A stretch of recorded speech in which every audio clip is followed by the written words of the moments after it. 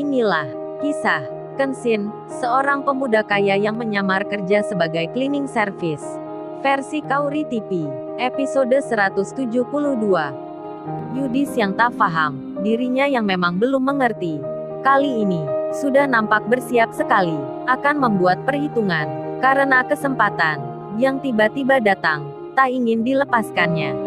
Shirley sendiri, sudah tak sabar lagi, dengan rencananya. Ia tiba-tiba mendekat ke Freddy, yang tak lain cowoknya. Tak peduli, meskipun di sini ada banyak orang, termasuk peserta meeting di perusahaan ini. Pemandangan yang terlihat masih seperti kemarin. Para karyawan yang bekerja di sini masih tetap sama, tak banyak bicara. Saat Kenshin masuk di ruang itu, mereka terdiam, tak mengeluarkan kata-kata, apalagi pakai bertanya. Suasana yang mendebarkan. Kenshin yang di depan Kaori masih ragu bicara akan maksud tujuannya. Ia masih terdiam. Sesekali, dirinya melihat ke arah rombongan Yudis. Lalu nampaklah wanita yang kemarin sempat mengadukannya itu. Shirley terlihat Kenshin sedang romantisan di ruang ini. Namun Kenshin melihatnya biasa saja. Di tengah hal itu, Yudis tiba-tiba menyela. Rupanya dia nekat sekali, langsung bicara. Yudis itu berkata, di depan banyak orang. "Hei lu cleaning service, kita ini ada rapat tahu. Lu kok langsung masuk aja, tanpa permisi. Emangnya ini warung kopi, tempat lu bukan di sini." Yudis pun langsung melanjutkan bicaranya. Ia berkata pada pegawai, yang menjadi pembawa acara meeting ini. Yudis sambil menunjuk Kenshin. Ia lalu bilang, "Pak maaf, baiknya orang kaya gini, gak usah dipakai kerja di sini, masa perilakunya seenaknya sendiri." Shirley pun juga sama menyahutnya, ikut-ikutan bicara. "Iya Pak, ini sudah 2 kali cleaning service itu, langsung masuk begitu aja. Lebih baik dia dipecat saja, diberhentikan dari kerja, daripada membuat malu perusahaan ini." Shirley bicara sambil dirinya ada di dekat Freddy, seolah suasananya begitu tenang bagi dirinya. Padahal mereka belum mengetahui apa hal yang sebenarnya akan terjadi di tempat ini. Mendengar keluhan para tamu itu, yang ditanya itu, yang mendapat aduan tersebut, segera saja ingin menjawabnya. Mereka pun berdiri, seolah akan bicara. Namun, kali ini, reaksinya masih kalah cepat dari Kaori, yang sedang berdiri itu. Kaori langsung saja berjalan, maju ke depan, menuju ke arah tempat duduknya Yudis. Yudis dan temannya pun memperhatikan seorang wanita yang menghampiri mereka. Di depannya, Kaori langsung bicara dengan nada yang agak marah. "Maaf Bapak Ibu sekalian, ini kalau bicara di perusahaan orang, tolong dijaga sikapnya, tata kramanya. Kagak baik mencampuri kinerja orang. Apalagi sok kasih solusi. Emangnya ini perusahaan milik Anda apa?" Setelah mendapat balasan dari Kaori, Yudis dan Shirley serta lainnya langsung terdiam. Sejuta pertanyaan berada di benak masing-masing. Kok jadi gini? Mengapa cewek cantik ini tiba-tiba marah dan membela cleaning service? Di saat itu, Kenshin menghampiri Kaori dengan sangat dekat sekali.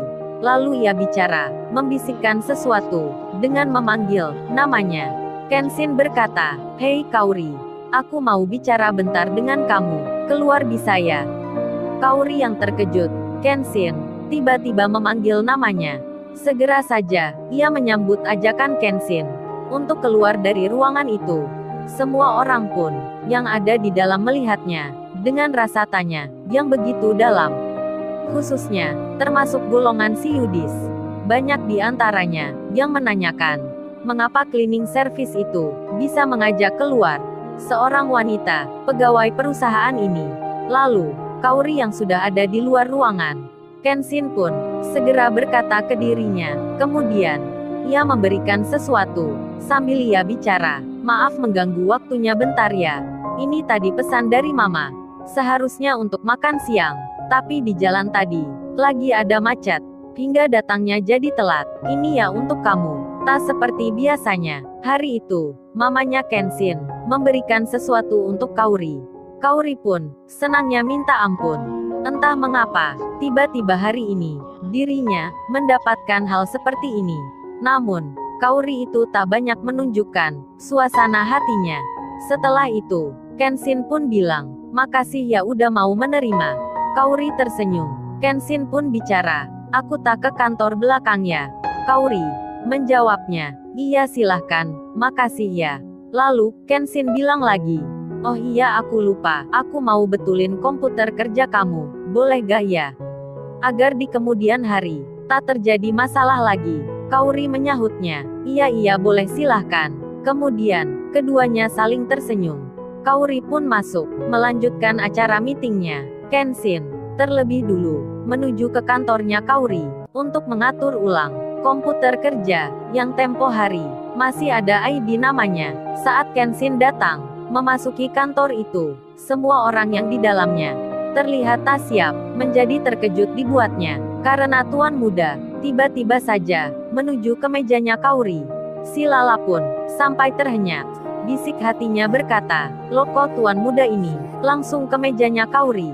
Ada apa ya?" Si Lala, hanya memendam tanya di hati. Dan tentu saja ia tak berani bertanya. Kenshin rupanya, melakukan itu. Tak sempat berpikir banyak, jika akan menjadi bahan pembicaraan. Dikarenakan waktunya, yang begitu terbatas, hingga ia harus cepat-cepat menyelesaikan. Di saat Kenshin sudah mengatur komputer itu, tak sengaja, flash disk keduanya, tertinggal. Tersangkut di laci mejanya Kaori. Lalu, setelah hal tersebut, ia meninggalkan tempat itu. Dirinya beralih, menuju ke kantor belakang, tempat khusus cleaning service. Waktu pun, semakin ada di sore hari. Rapat meeting, terlihat sudah berakhir. Yudis dan temannya, serta Shirley dan Mei Mei, telah keluar ruangan. Lalu, segera saja, mereka itu, beranjak ke tempat parkir mobil.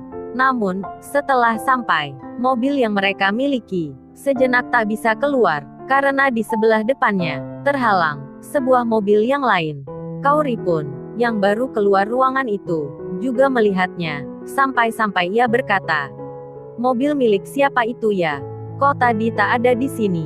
Belum pernah pula ada di tempat ini." Kaori jadi merasa, bertanya sendiri.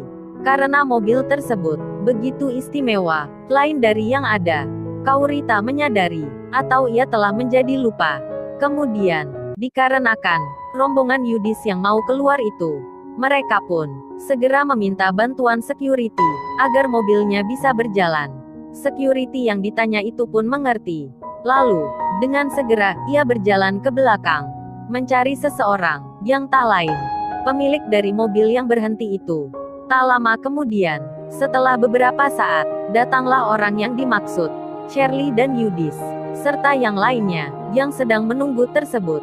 Melihat seorang pria, berseragam cleaning service, sedang berjalan dengan security yang tadi. Semakin dekat jaraknya, semakin terlihat pula siapa dia, yang ternyata, pria tersebut, adalah seorang lelaki, yang tadi baru saja dibicarakan. Alangkah terkejut semuanya, saat cleaning service itu, masuk mobil mewah, yang terparkir menghalangi mobil mereka.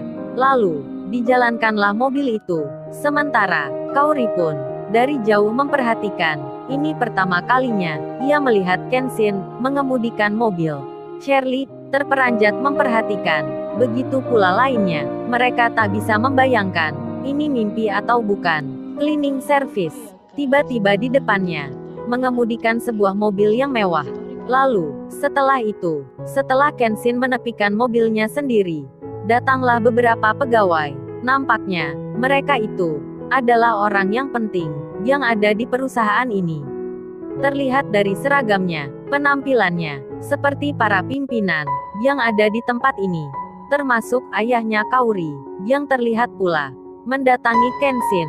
Saat Kenshin, keluar pintu mobil itu, segera saja mereka menyambut dengan saling berpelukan, satu persatu. Shirley, Yudis, Mei Mei dan temannya yang lain, memperhatikan. Seorang pekerja cleaning service, sangat dekat, dengan orang-orang itu. Bahkan, mereka terlihat menaruh hormat, pandangan dan penilaian, yang selama ini, dipendam negatif oleh Yudis dan temannya. Seketika itu, berubah 180 derajat. Bukan Kenshin yang jatuh, malah kini, perasaan mereka sendiri, yang menjadi kecil. Lantaran melihat, Cleaning service itu ternyata bukan orang biasa. Di saat bersamaan hal tersebut, mereka mendapat informasi dari security yang ada di sampingnya. Security itu bercerita bahwasannya pemuda yang bekerja menjadi cleaning service itu adalah tuan muda di sini, anak dari pemilik 73 perusahaan. Bos besar yang terkenal itu adalah ayahnya. Mereka semua ketika mendengarnya saat nama perusahaan raksasa yang disebut menjadi shock seketika itu juga. Apalagi Kenshin Cleaning Service itu adalah anak dari pemiliknya, Kaori, yang memperhatikan dan melihat dari kejauhan. Merasa hal itu tak seperti biasanya. Rada ada yang aneh. Perasaan Kaori pun jadi tak enak. Apalagi hal itu terkesan seperti perpisahan. Kaori ingin sekali bertanya, ingin sekali menemui Kenshin. Namun berhubung masih ada ayahnya, ia pun menundanya. Tak lama kemudian, hanya berselang beberapa menit setelah para pimpinan itu mengucap salam, Kenshin pun kembali masuk ke mobilnya sendiri. Lalu, ia menjalankannya, sambil para pimpinan itu menaruh hormat dari luar, mengiringi kepergiannya. Kenshin telah meninggalkan perusahaan itu. Dirinya, di sore ini, akan segera menuju ke bandara untuk melanjutkan sekolahnya. Sore yang tak biasa. Kaori memendam tanya yang sangat dalam sekali. Nampaknya, keinginannya tak bisa dipendam lama. Perasaannya berkata, ia harus segera, cepat-cepat menemui Kenshin. Lalu, bagaimana kisah selanjutnya? Subscribe channel ini untuk episode berikutnya. Terima kasih.